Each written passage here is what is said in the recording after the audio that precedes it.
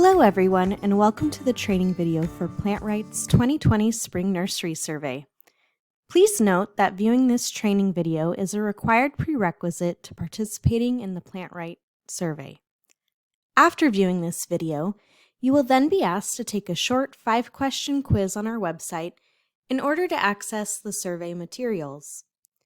If you have any questions about the training video or the survey process, feel free to email me at info@plantright.org, and I'll get back to you as soon as I can.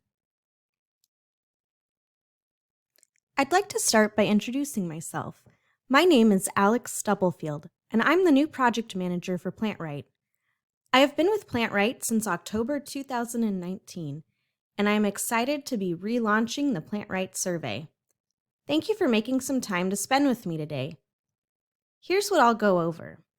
First, I'll give some program updates and talk about PlantRight's work. Second, I'll cover the basics. What are invasive plants and why do we care? Then, I'll go over the results of surveys from previous years and the impacts that they have had on our program. Finally, I'll go into detail about how to register for and participate in this year's retail nursery survey. Here's some background. The PlantRight program was established in 2005. It was developed and run by the environmental nonprofit Sustainable Conservation. Then, in 2019, the PlantRight program was adopted by the Plant California Alliance. The Plant California Alliance is an association of horticultural professionals who bring plants and landscape supplies to Californians and the world. Plant California Alliance is devoted to promoting and protecting the California nursery industry. Formed in 2019, the Plant California Alliance is the unification of California Association of Nurseries and Garden Centers and Nursery Growers Association. As leaders in California's nursery industry, the Plant California Alliance was the perfect fit to host the PlantRight program. You can learn more about their work on their website, www.plantcalifornia.com. Under its new leadership, PlantRight's program mission remains the same: to promote the use of non-invasive plants for gardening and landscaping in California. Now, before we go any further, let's make sure we're all on the same page by defining what invasive plants are and what impacts they have. Invasive plants are foreign or not native to an area, in this case, California. However, that does not mean all foreign plants are invasive. Also, just because a plant is invasive in one climate zone, like the South Coast, does not necessarily make it invasive in others, like the Sierra Nevada or the Central Valley. But where they are invasive, these plants spread on their own, meaning that they don't need irrigation, soil amendments, or other human interventions to thrive. Ultimately, invasive plants cause measurable harm, whether it's financial, environmental, and/or to human health. How do invasive plants cause harm? Let's look at a few examples. California has an incredible amount of plant diversity. This is just a tiny sampling of plants of the thousands that are native to California. Some of them are endemic, meaning that they are found nowhere else on Earth. Invasive plants can outcompete the native plants and take over where the native plants were once living. When we lose native plants in an area, we aren't just losing pretty flowers. We're losing the basis of the food chain and the wildlife that depends on them. The two butterflies in the top right photo are an example of those affected. A related species to the butterflies on the previous slide is the one pictured here on this slide, the El Segundo blue butterfly. The U.S. Fish and Wildlife Department reports that this butterfly historically had a population of about 750,000 and could be found in most of the El Segundo dunes in Los Angeles County. Much of its dune habitat was developed or degraded, destroying habitat outright, and in the places that were left, native plants were replaced with non-native plants, like highway ice plant, otherwise known as Carpobrodus edulis. In this case, ice plant was planted for erosion control after builders carved the dunes to build waterfront homes, an oil refinery, a sewage plant, and the Los Angeles airport. The only plant that the El Segundo blue butterfly can lay its eggs on is coast buckwheat, shown in the photo on the left. So, no more buckwheat means no more butterflies.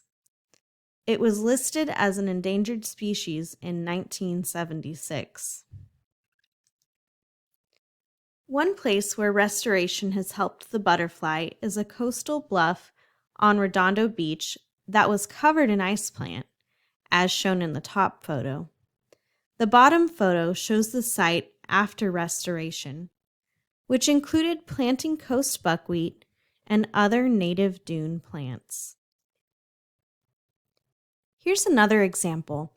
Invasives can also alter hydrology, or the water cycle in a region.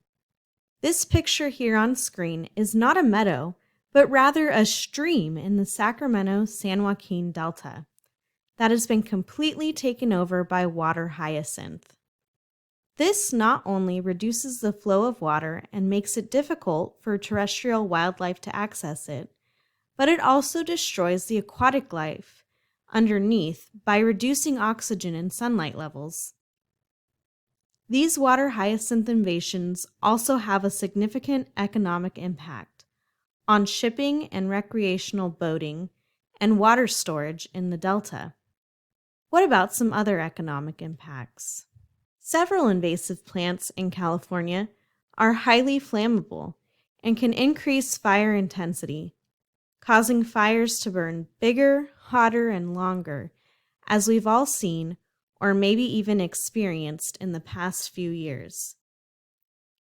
These fires are expensive to control and can cause significant damage to private property and public infrastructure.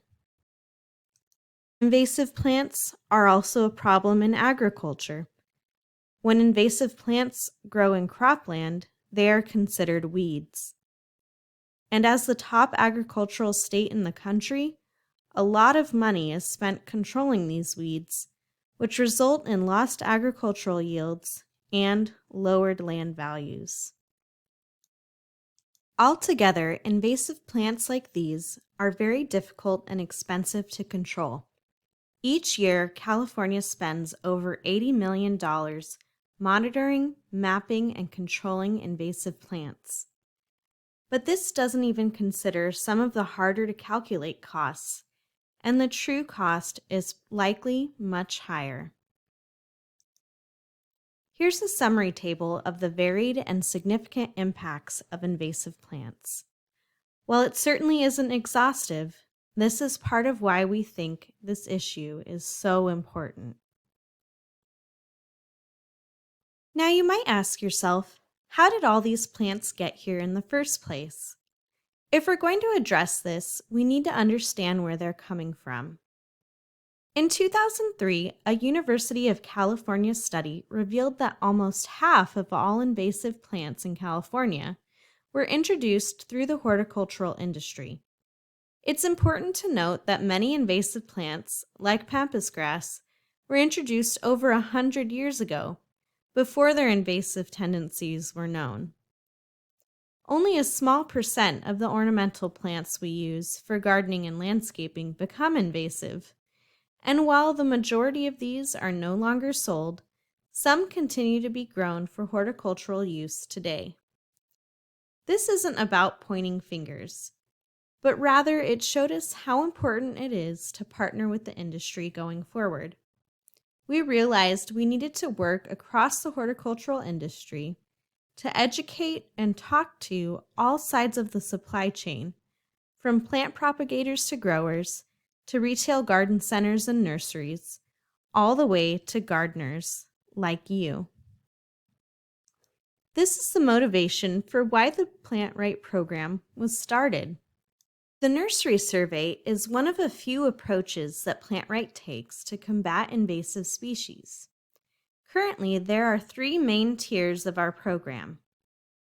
Our Retail Nursery Partnership Program, which was developed to help us address this issue with nurseries and garden centers, provide them with resources on invasive plants, and support them in promoting non-invasive plants for their customers.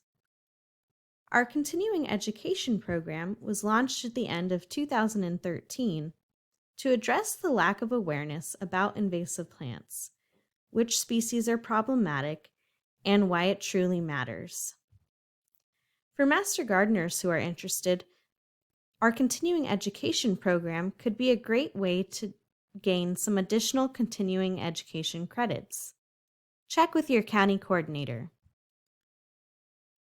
And finally, the 3rd tier is our nursery survey. The Plant Right program has been successful because of our collaborative, voluntary, and science-based approach. Our program brings together a well-rounded group of stakeholders from the 4 sectors you see here on screen: industry, nonprofits, government, and science or academia. We want to make sure we are considering the perspectives of all stakeholders. Representatives from these important sectors remain involved as members of our steering committee. We check in about once a quarter so that the committee's input can guide our work. Plant Right also partners with plant growers, retailers, professional gardeners, and landscapers to stop the sale and use of invasive plants and to promote similar but safer alternatives. To help identify the plants of most concern and where they are problematic, the committee developed an invasive plant list. This list was originally developed based on the more comprehensive California Invasive Plant Council list. The list was pared down to focus on only the most commonly sold invasive garden plants you might encounter in nurseries and garden centers. And because Plant Right is all about coaching the do's instead of the don'ts, we've also identified more than 50 beautiful alternative plants that work well in place of these invasives. The nursery survey has a significant and beneficial impact on the Plant Right program overall. The survey acts as our program's compass, allowing us to track the retail market for invasive plants in California, finding out which plants are being sold, where, and by whom. The survey also provides the statistical data we need to update our list of invasive plants. We can remove plants that are no longer sold and add new threats as they are realized. Altogether, this helps inform our strategy for effectively engaging the retail industry, and it informs the rest of our programs. Our 2017 Spring Nursery Survey was our 8th annual, and it was our biggest success yet. In 2017, we worked with 172 volunteers to collect data from 332 stores in 45 counties around the state. I can't wait to see the results from this year's survey. Now let's get into the details.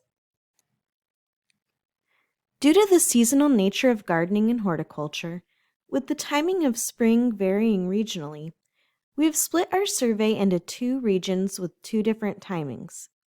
In Southern California, including in south of San Luis Obispo, Kern, and San Bernardino counties, our survey will be leaping into action on March 9th at noon, and it will run through the end of May. In Northern California, which includes all counties north of San Luis Obispo, Kern, and San Bernardino, our survey runs from April 6th through the end of June. Of course, when spring arrives in your area can vary greatly, so try to visit nurseries in your area once nurseries have a lot of plants in stock. Feel free to call ahead and check. This year, we've randomly selected over 300 stores from the thousands in the California Department of Food and Ag's online directory. This selection process is random for statistical purposes and is done proportionally to the population in each county. For example, there are more nurseries available to survey in Los Angeles and Sacramento counties than in Humboldt or Trinity counties, which have lower populations.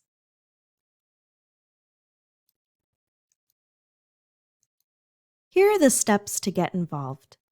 First, if you haven't already, create an account on our website, plantright.org. Then you'll want to RSVP for your region, either Northern California or Southern California. After viewing this video, complete our short 5-question survey quiz. Then you can select a store in your region to survey. Next, you'll want to gather your survey materials, visit the store, and collect the data. After that, you'll want to get back online and submit the data and photos to us. The 8th step is optional, but strongly encouraged. We'd love to hear your feedback on your survey experience. This way, we can use your feedback to help improve future surveys. Let me walk you through some of the steps. Here's a screenshot of our homepage on plantright.org. The first thing you'll want to do is create an account on our website, which you can do here on the top right part of the screen. If you have an account but have not visited our website in a while, you may be prompted to reset your password. If you do not have an account, or you want to create a new one with a different email address, you can do so by clicking the link to create new account and filling in the form. Then, after logging in, you will be directed to your My PlantRight page. Scroll down to the Spring Survey section and choose either Northern California or Southern California. For the sake of our survey, Northern California comprises all counties north of and not including Kern, San Bernardino, and San Luis Obispo counties. After selecting your region, please complete the RSVP form. Some of your information may fill in automatically. You will then see a screen confirming that your RSVP was received. Additionally, you will receive a confirmation email as a follow-up. Next, you will want to take the quiz. The link for the quiz will now be available on your My PlantRight page under the Spring Survey section. The quiz questions are designed to be straightforward and easy, and they simply exist to ensure that you've viewed the training video. To pass, you must answer at least 4 out of the 5 questions correctly. But don't worry, you will be able to take the quiz more than once. If it is helpful, feel free to review this video at any time. After passing the quiz, you'll have access to more links under the Spring Survey section of your My PlantRight page. Your next step is to review the list of nurseries to survey.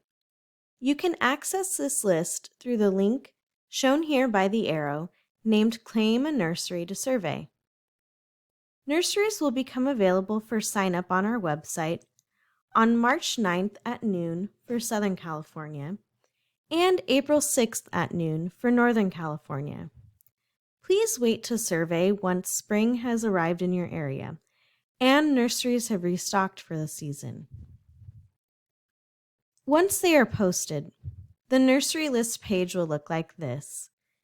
To make it easier to find a nursery near you, you can sort these stores by county, city, zip code, or the name of the store. Once you find a store you'd like to survey, click the text on the right-hand side of the screen where it says, "Survey this nursery." This will take you to a new page that asks if you are sure you'd like to survey this nursery, and after you click yes, a few things will happen. You'll receive a confirmation email from our system with information about the store. And this store will drop off the list of available nurseries. This means another volunteer will not be able to claim this nursery to survey. If you would like to revisit information on the nurseries that you've signed up for, just click the My Nurseries link in the menu, then all the nurseries you've claimed will show up. To view an individual nursery, simply select the name of the nursery you'd like to view, and you will be taken to a new page with all of its information. If for some reason you are unable to conduct your survey, or you have selected a nursery by accident, you can unclaim a store by clicking the Unclaim This Nursery link at the bottom of the page. Our system will then ask you to confirm this decision. Click Unclaim This Nursery if you are sure. Then the nursery will be removed from your list of claimed stores. This means it will then be available for other volunteers to claim. What happens if you go to the nursery list and find that there are no stores left? If that's the case, I recommend that you get in touch with me, and I'll be happy to help find a store or two that will work for you. In some cases, there could be stores in neighboring counties that would work well for you. Sometimes this can be a great way for counties with extra volunteers to help counties with fewer volunteers, or those with an especially large number of nurseries to survey, like LA County. If you are interested in surveying a store outside of your county, we recommend you wait about 2 weeks after the stores become available before signing up. This way, volunteers in that county are able to sign up if they are interested. Once you've chosen a nursery to survey, your next step is to gather materials. These materials include survey instructions, plant ID guide, the data collection sheet, and the survey explanation sheet. These materials are available on our website, found under the Survey Materials header. We recommend that you print these out and take them with you to your store. We also recommend that you print the plant ID guide in color. If you are unable to print any of these, let me know, and I'll be happy to mail them to you. Here's the survey instructions checklist. It is very similar to the instructions page on our website, but we recommend you take this with you in case you don't have an internet connection and have some questions while you're at the store. Here is the data collection sheet. This form includes each of the plants on our survey and a space for each item of information we'd like to collect. It's 4 pages long this year to give you extra space for writing. This list is organized by growth type, as I've highlighted in orange here, with the grasses. It also includes space for basic information, like the date and your name, at the top of the form. I'd also like to highlight the space for the store code. We identify the store by a code rather than by name in order to protect the store's identity and conduct our survey in best faith with the industry. There's also a space for additional information on how long it took you to conduct your survey and what the store's response was, if it had any. I'd also like to highlight this space for cultivar name and/or plants in the same genus. A plant may have a cultivar name when it is a variety of an existing plant species. and these cultivar names are commonly in single quotation, such as the cultivar of Cortaderia celowana, ivory feathers. We ask that you record this information here, along with the names of any plants you find in the same genus as plants on our list, such as different types of pennisedums. If you find an especially large number of cultivars, simply list as many as you can on this section or on the back of the page. One of the first things you'll notice as you're trying to record all of this information is that the signage for each of these stores will be different. We might not always have all the information available to us, like scientific names on the labels or the name of the grower. With this in mind, we simply ask that you do the best you can and record all of the information that is available to you. Next, we have the Plant ID Guide with pictures of each of the plants on our survey this year. Often, these plants look very different in stores than they do in the wild, especially depending on the time of year. To help you identify these plants, we've included photos of each plant and sometimes a couple photos of the plant. They are grouped by growth form, just like on the survey. The second page includes ground cover plants and aquatic plants. It also has space for additional notes. The plants we are surveying for this year include the usual suspects, the 4 plants remaining from our original list, plus the 3 plants that we added in 2014. We are surveying for 4 candidate plants this year. I want to emphasize that just because a plant is included as a candidate plant in our survey doesn't mean it's a plant that you need to avoid using in your garden. Remember that invasiveness varies by where you are in the state. On our website, we have information about plants like these and our past candidate plants. This year, we are surveying for 1 candidate grass, natal grass, and 1 forb, perennial sweet pea. We are surveying for 2 shrubs this year.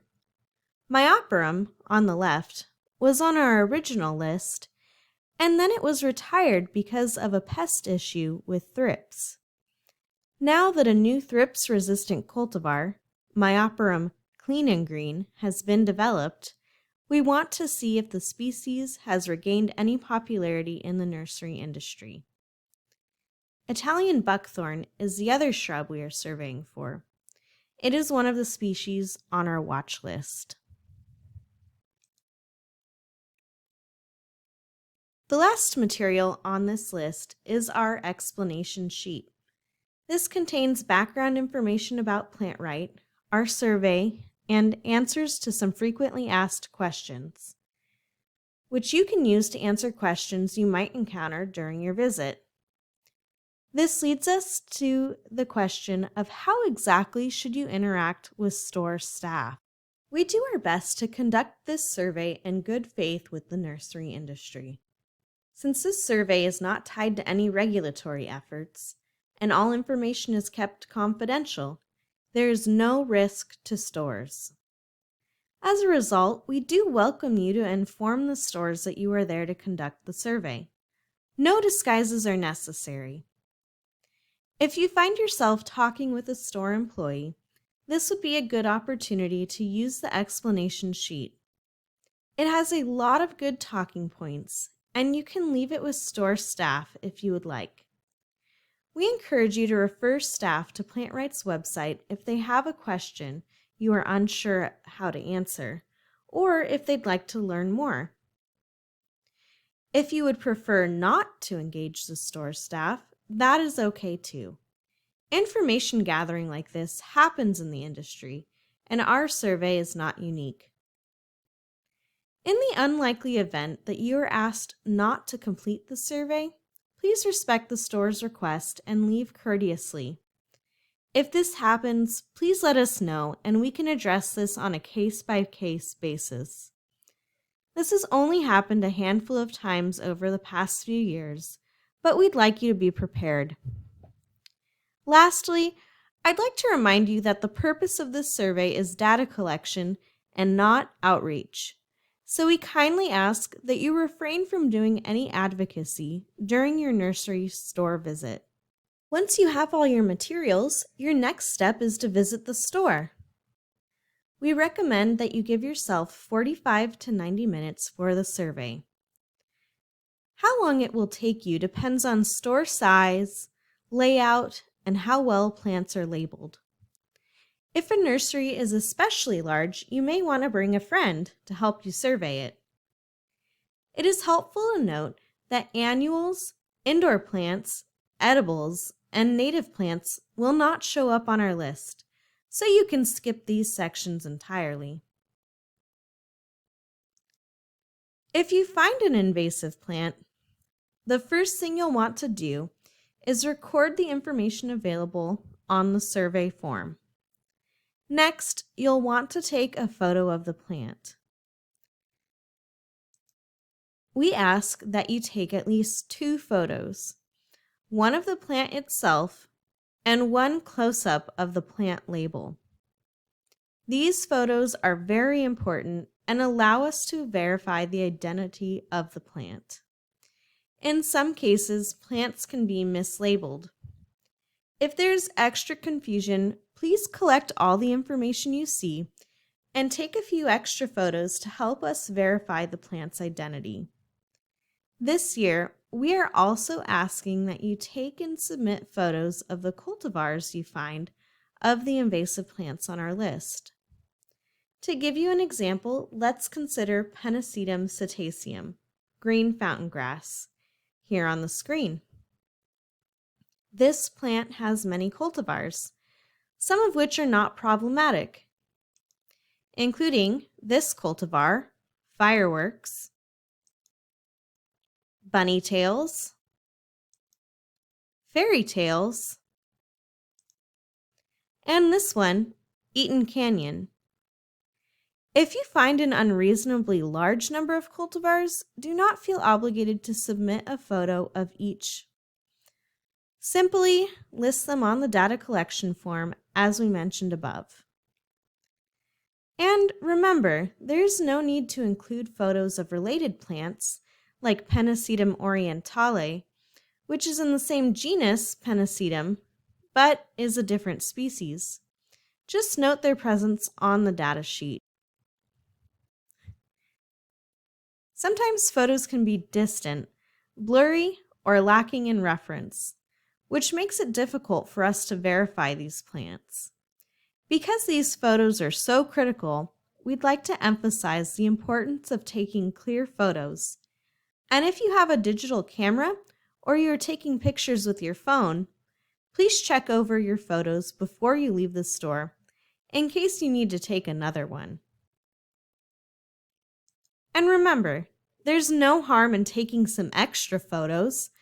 If it's an especially beautiful day, you like the layout of a store, or you find some quirky installments, send a few photos our way. We love seeing extra photos of you and your team at the nurseries you visit. Once you've finished your surveys, you'll need to get back online to submit your data. After you've logged into our website, you'll see a link to Submit Survey Data. Click the Submit Survey Data link and you'll be taken to a submission page that has fields identical to the survey form. Your name and email address will be auto-filled at the top of the form. Please include the date and time at which you completed the survey. Your claimed nurseries will show up in the store name drop-down menu. You'll simply select the store you surveyed and input your data. After you transfer your photos from your camera to your computer, you can submit them online by clicking the Choose Files button. Please select all the photos you would like to upload for your nursery. Please note once again that photos are required of each plant for your survey data to be included in our results. If you have any trouble submitting your photos, just get in touch with me, and I'll be glad to help. After submitting results, you have the option to fill out a voluntary feedback questionnaire. The link to the questionnaire is on your My Plant Right page. This is voluntary, but we appreciate your feedback and use it to improve the survey in the future. And just like that, you're finished. If you are a master gardener, don't forget to check with your county coordinator to see if volunteer hours will be awarded for participating in our survey. If so, don't forget to log your volunteer service and continuing education hours online through the UC Master Gardener Volunteer Management System. Once again, here's my contact information: info@plantright.org for email, or if you call me, just ask for PlantRight, and I'll get back to you as soon as I can. Thank you all so much for joining us this year. This video will be available on plantright.org and on our YouTube channel.